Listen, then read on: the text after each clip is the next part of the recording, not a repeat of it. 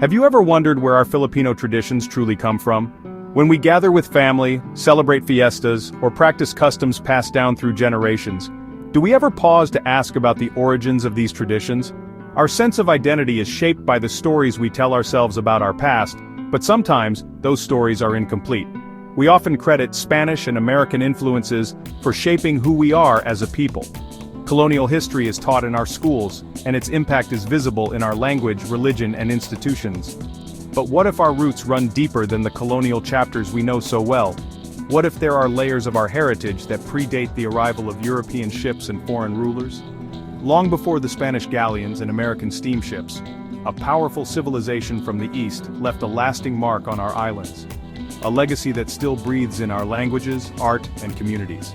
The influence of Islam, brought by traders, scholars, and missionaries, shaped the culture of many Filipino groups, especially in the South, but its echoes can be found throughout the archipelago. The story of Islam in the Philippines isn't just about Mindanao, it's a national story that challenges the colonial narrative. It reminds us that our islands were already connected to a wider world, with their own systems of belief, governance, and trade long before colonization. It reveals a time when Filipinos were part of a vibrant global network, not just subjects of foreign powers. Our ancestors traded with neighboring kingdoms, welcomed new ideas, and built communities that thrived on diversity and exchange. Exploring this Islamic influence helps us see our identity as a rich mosaic, one where the Islamic piece is among the oldest and most enduring. By looking beyond the colonial lens, we discover a deeper, more complex Filipino story, one that honors all the threads that make up the fabric of our nation. Long before Magellan's ships appeared on the horizon, the melodic call to prayer already echoed across the southern islands of the Philippines, signaling a faith that had taken root centuries earlier. Islam's arrival was not sudden, but a gradual process beginning in the 13th century. Arab traders, Persian missionaries, and Malay scholars journeyed along ancient maritime routes, bringing with them not just goods, but new ideas, beliefs, and customs. These travelers forged connections with local communities, sharing stories and forging bonds that would shape the region's destiny. In Sulu, legendary figures like Tuan Masha Ika and Karim ul Maktoum established the first Muslim communities.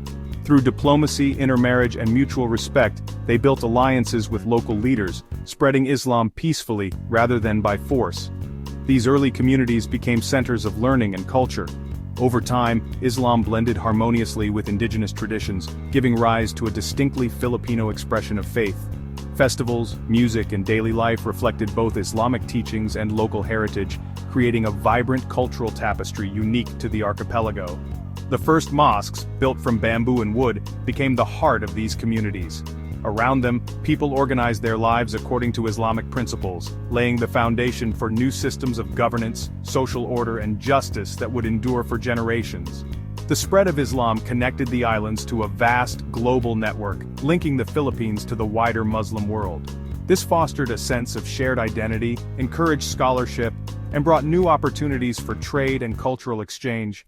This rich heritage, rooted in centuries of faith and tradition, would later empower the people of Mindanao and Sulu to fiercely resist colonization, defending their way of life and their identity against foreign powers. Islam's spread transformed local leadership into powerful sultanates. Sayyid Abu Bakr Abarin established the Sultanate of Sulu, uniting territories under a central Islamic authority. Sulu became a regional power, dominating trade and diplomacy. In Mindanao, Sharif Muhammad Kabung Suwan founded the Sultanate of Maguindanao, commanding loyalty through alliances and religious influence. These sultanates were sophisticated states with codified laws and international ties, not primitive tribes. Their existence challenges colonial myths, revealing a history of proud, independent kingdoms. They were integral to a thriving Southeast Asian Islamic network long before the Spanish arrived. Islam's influence runs deep in our languages. Arabic, brought with Islam, enriched local tongues with words like salamat from salama, hukom, judge, alamat, legend, and sultan. These words reflect how Islamic ideas shaped justice, storytelling, and leadership. Jawi, an adapted Arabic script, fostered literacy and scholarship in Mindanao before the Spanish era. Though replaced by the Latin alphabet, Jawi's legacy lives on in calligraphy and cultural revival efforts. Even in Christianized regions, Arabic loanwords reveal ancient connections. Our language is a living museum, preserving echoes of a time when we were linked to the Islamic world. Islamic art found breathtaking expression in Filipino crafts, especially in Mindanao. The okir motif, flowing plant-based designs, adorns woodwork, textiles and architecture, blending Islamic and indigenous aesthetics. The sarimanak, a mythical bird, and intricate mosque carvings showcase this fusion. Mosques evolved from simple structures to buildings with domes and minarets, decorated with okir and Quranic calligraphy. Textile traditions like the Maranao Malong feature geometric patterns echoing Islamic principles. These living arts remain powerful symbols of Moro identity and creativity. Islam brought a new framework for governance and law to Mindanao. Sultanates replaced chieftain rule with centralized authority, blending Islamic law, Sharia, and local customs, adat. Councils of elders and ulama, religious scholars, administered justice and education, fostering literacy and a strong Islamic identity. Madrasa schools taught Arabic and faith, producing scholars and poets. The Sultan ruled with consultation, guided by the Rumah Bicara, a council ensuring community consensus. This system emphasized justice, education, and resilience. The Sultanates' political sophistication set them apart in pre-colonial Philippines. When we view Filipino identity solely through the lens of Western influence, we miss out on a much richer, more complex story.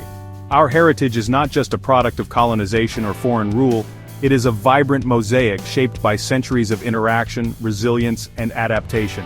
To truly understand who we are, we must look beyond the obvious and rediscover the layers that have shaped our nation.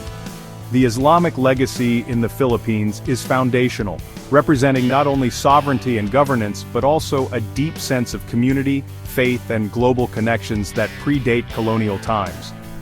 This legacy is visible in the Sultanates of Mindanao, the artistry of our architecture, and the enduring traditions that have been passed down through generations. Today, the influence of this heritage is woven into our national holidays, the beauty of our art, the words we speak, and the customs we share. From the joyful celebrations of Eid al-Fitr to the intricate calligraphy and the teaching of Arabic script, these elements are living reminders of our diverse roots. Recognizing this heritage is about more than just history. It is about inclusion, respect, and honoring the stories, struggles, and resilience of the Moro people. Their contributions and experiences are an essential part of our national narrative, deserving of recognition and celebration.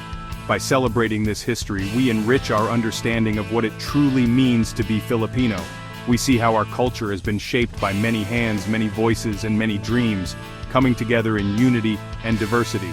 Our identity is a tapestry, indigenous, Islamic, and Western threads woven together, each adding its own color and strength. The patterns of our textiles, the rituals we practice, and the stories we tell all reflect this beautiful interweaving of influences.